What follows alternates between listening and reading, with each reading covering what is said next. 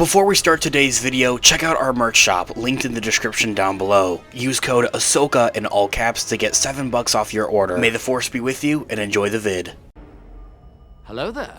This is where the fun begins. All good things must come to an end, and with the finale of Skeleton Crew, it adds on to those many good things that have now come to a conclusion. What is up, guys? Unofficial Star Wars here. I hope you're all doing well. I just finished watching the finale to Star Wars Skeleton Crew. This is my initial reaction and initial thoughts. Let's get into it. If you're enjoying the content so far, don't forget to hit that subscribe button below. It really helps the channel grow and lets you know when I upload new videos here almost daily. You'll get instant access to the newest Star Wars news, leaks, rumors, theories, and breakdowns right here. By subscribing to our channel, you're not just supporting the channel, you're joining a community of awesome other people who love a galaxy far, far away. Plus, hitting that bell icon will ensure that you never miss out on any of our videos. Also, don't forget to give this video a thumbs up if you are liking it, and drop a comment down below to let me know what you guys may be thinking. I'd love to hear from you. That is all. Now, let's get back to the video. We would be honored if you would join us. Of course, I think it should go without saying at this point that yes, there are going to be a couple of spoilers ahead for Skeleton Crew and its finale. I mean, what a phenomenal show. I've loved every bit of this. I've really loved talking about it every week for the last 2 months at this point. I mean, 8 episodes has been pretty great. The finale was nothing short of amazing. It definitely was not a disappointment. I wish it did some more things, especially towards the end. I'll talk about that as you know we go throughout this video, of course. But I won't entirely lie. I feel like that last week's episode was a bit of just the cliffhanger with Jude Law's character Jad Nanawa coming out with the lightsaber, igniting it in front of the families, in front of the parents, in front of the kids, leaves it very much so on an intimidation factor and a bit of that cliffhanger, of course, just for him to, you know, put it right back away like that. You know, him igniting the lightsaber in some weird fashion or another was him maybe greeting himself or something, or not just that, but maybe he saw of the idea of that, like, the parents aren't threatened by the lightsaber at the same time, like they don't exactly get it or know what it is or really take it as a weapon for another. That's something I kind of want to discuss in a separate future video here on the channel. But oh yeah, I think is also a given and a known out there is that yes, we'll have a full-on breakdown with all the different references and Easter eggs in a separate future video here on the channel as well into that regard. But this episode, it dives in from where we left off in the previous episode with that bit of a quote-unquote cliffhanger. I really don't know if you want to call it that anymore because it never paid off per se into the fashion of that many were hoping for.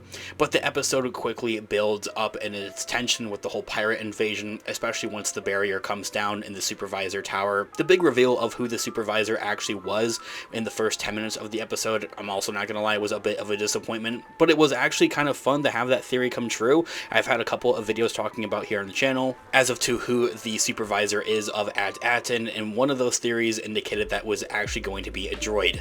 And here we are. It was a droid. It was a total Wall-E moment, which isn't necessarily a horrible thing, but more of just a scratch your head and move on kind of situation for me. Some of you might actually be disappointed with it. I thought it was a bit of a gag and honestly kind of funny, if for anything, but it also kind of makes you mad at the same time, like how blatantly blind are the adults of At-Atin and following just a droid system out of all things, and to be the ruler, all say do all of your planets. I guess it makes sense it had been working for the last couple of generations up until now, but I'm also very curious to see as of where At-Atin restructures, and maybe we'll go on in the future, especially as the Mandoverse only expands and is only going to continue. The whole pirate invasion of the episode was pretty awesome, very high tension, I love it, and honestly a few things in there that I was not expecting. The supposed death of KB there for a minute, I honestly was kind of sold on that, but you know, when the ship goes down and you didn't see like a big explosion, I knew that something would be up. And it's also Disney, let's be real, they don't usually kill off kids.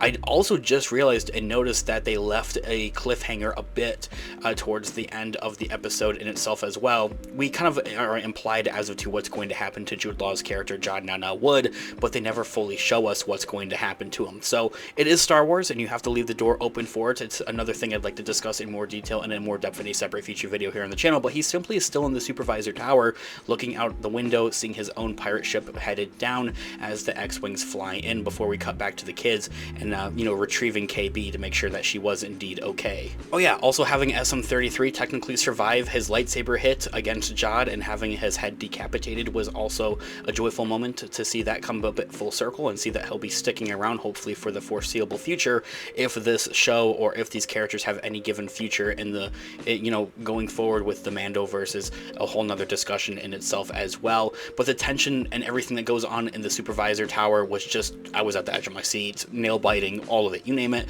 I was doing it. I was super nervous, everything that was going on in the supervisor tower with Jude Laws and Jod Nana Wood, the two parents, and then the kids, Fern and Wim, of course.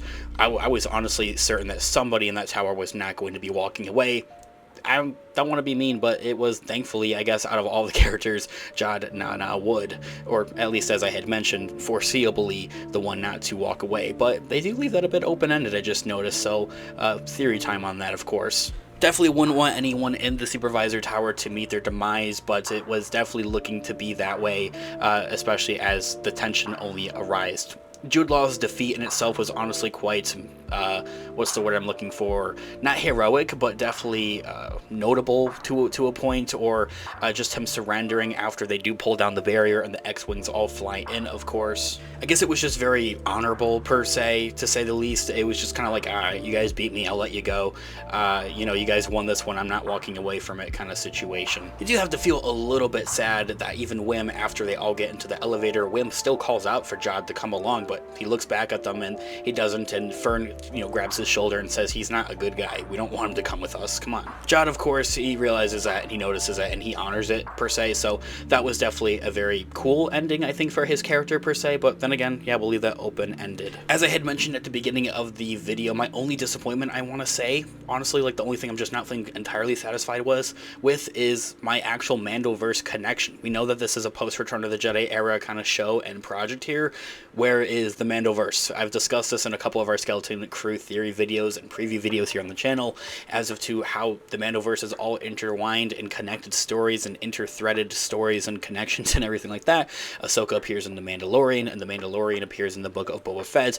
Where is the big connection with that? I was hoping that maybe it would be something simple like Carson Teva being a part of the flight, a part of the New Republic squadron. We didn't even get that. Maybe I was holding out a little bit of a hope for maybe some type of Princess Leia cameo to a point as well. Didn't get that. We didn't seem to get anything with that into those regards. It's not necessarily a necessary thing at the end of the day as well, as it is definitely heavily implied to be a post-Return of the Jedi show. Just a little bit of a disappointment that we didn't get the big cameo that maybe some fans would want. Other fans would hope not to have that cameo for whatever reason and think that would kind of be clickbait or just cameo fest, I guess, per se is what you would call it. And lastly, I was pretty satisfied with Jude Law's Jod Nana Wood and his backstory that was also briefly explained in the episode as well. That was kind of, I mean, yeah, we got an explanation for that, and that's something that some fans wanted, of kind of his backstory and maybe the reason for as of why he is the way that he is kind of out there as well. Like, he was like, oh, I came from nothing. I came from a hole in the ground, and